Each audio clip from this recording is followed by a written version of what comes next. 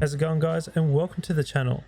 In this video I'm going to be showing you a bit of a crafting guide and how it can give you an advantage very early on in the game, and where to get the basic mats to start crafting. So let's get into it. First off, we'll start with weapon crafting, get that up one, and also blacksmithing.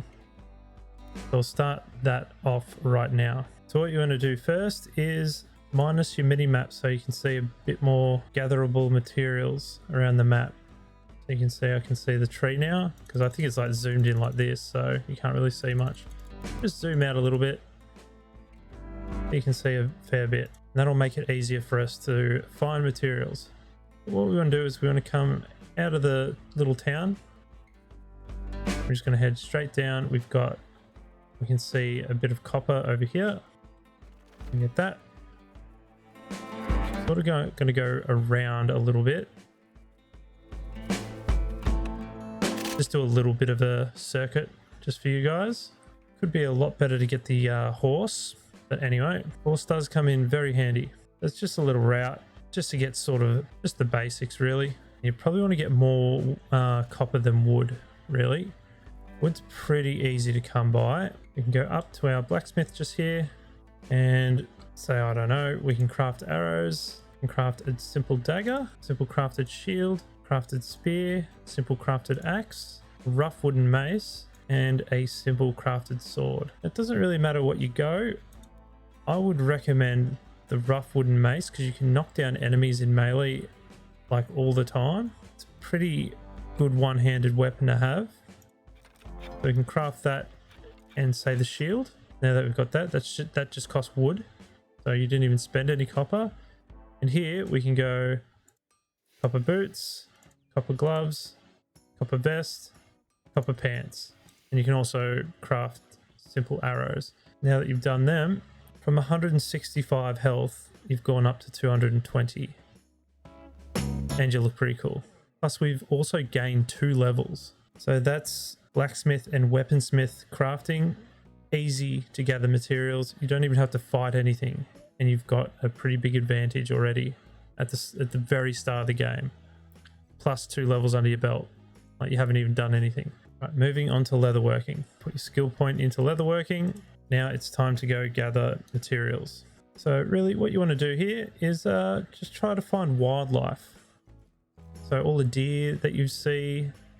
I know there is a bear over this way near the golden tree. Also another deer. Let's test out our new weapons.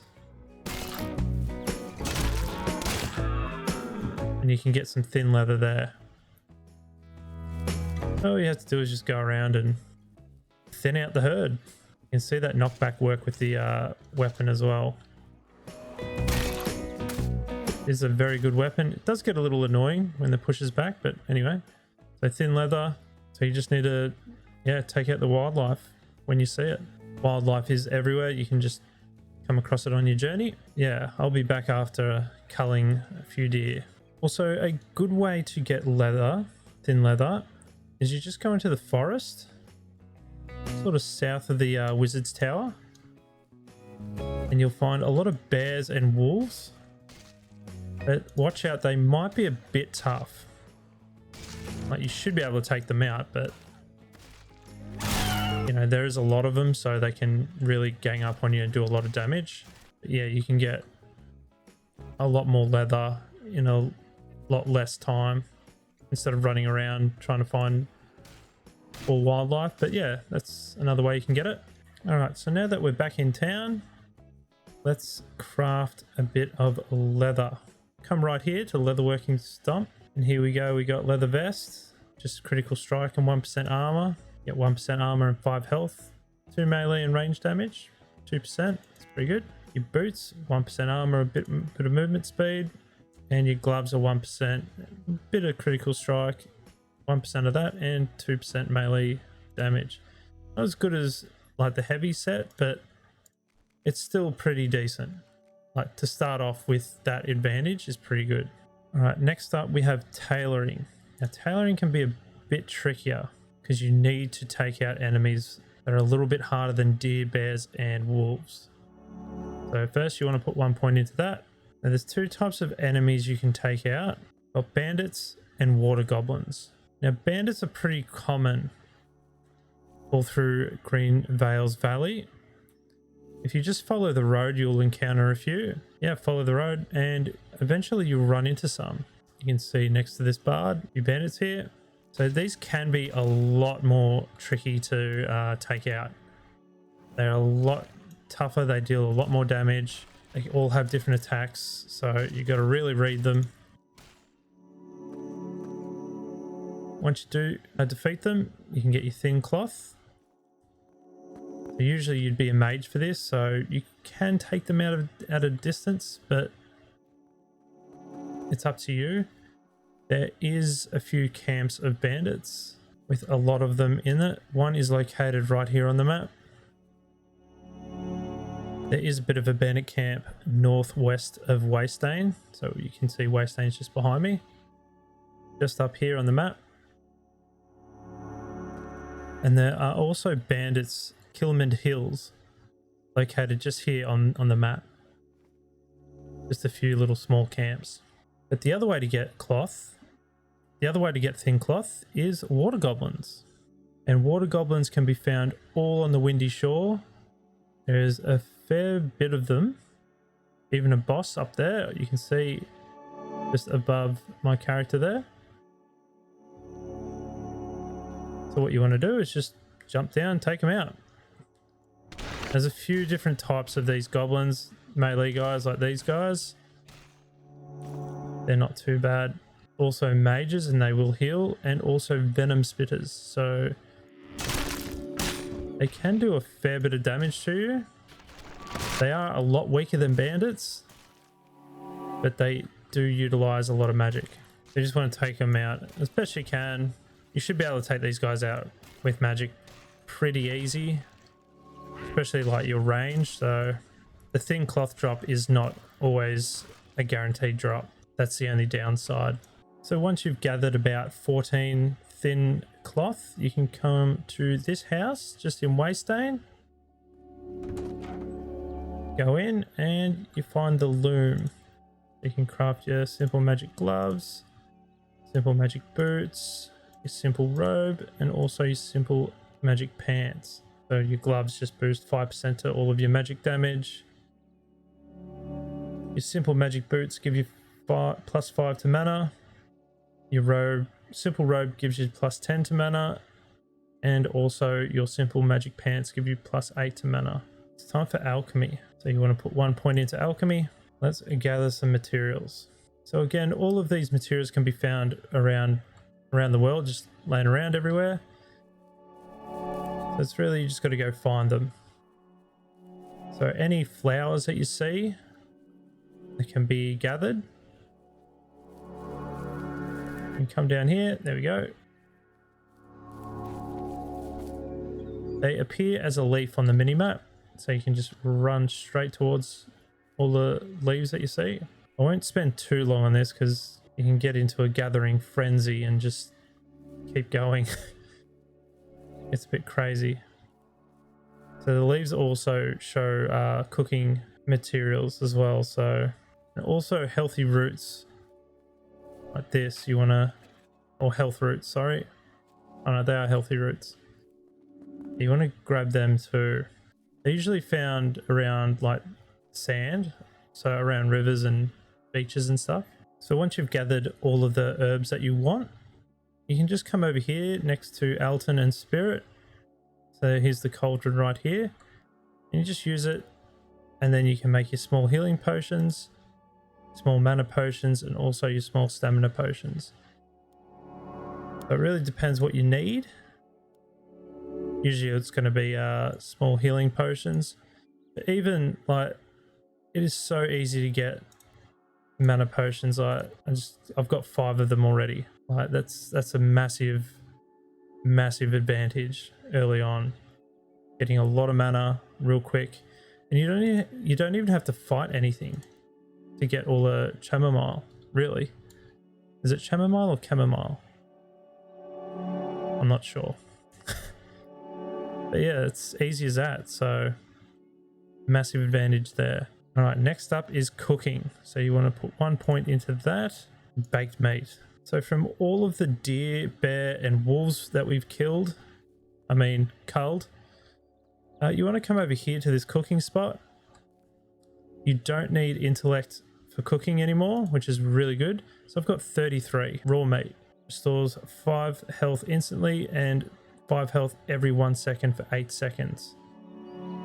So you can just craft these and you can see my experience bar just go straight up. Pretty much just gained a whole level out of that. So culling animals and getting the meat and cooking them is a very easy way to level up early on. And also when you get high enough, you can get like the wild berries, the potatoes, tomatoes, chili, and with your cooking you can put them all together, mix the ingredients, and then you'll get different benefits. Like as you can see with the meat cooking, it'll give 2% melee damage. So you can put 5 meat in a meal, combine 5 meat, and you'll have 10% more melee damage for a varied time. So that's very handy to have. Also, if you can cook an omelette for mages, you can get passive mana regen. I'm pretty sure that's egg, milk, and water. I'm pretty sure you combine them, add what you want to get a bit more benefit, and yeah, you can get passive mana regen. All right, now for enchanting. So you can put 1 point into that. This can only make rings for now. The next one you can actually enchant all your weapons and stuff. So this is just going to be like my basic guide. Now, where to get rings? Well, this one's tricky.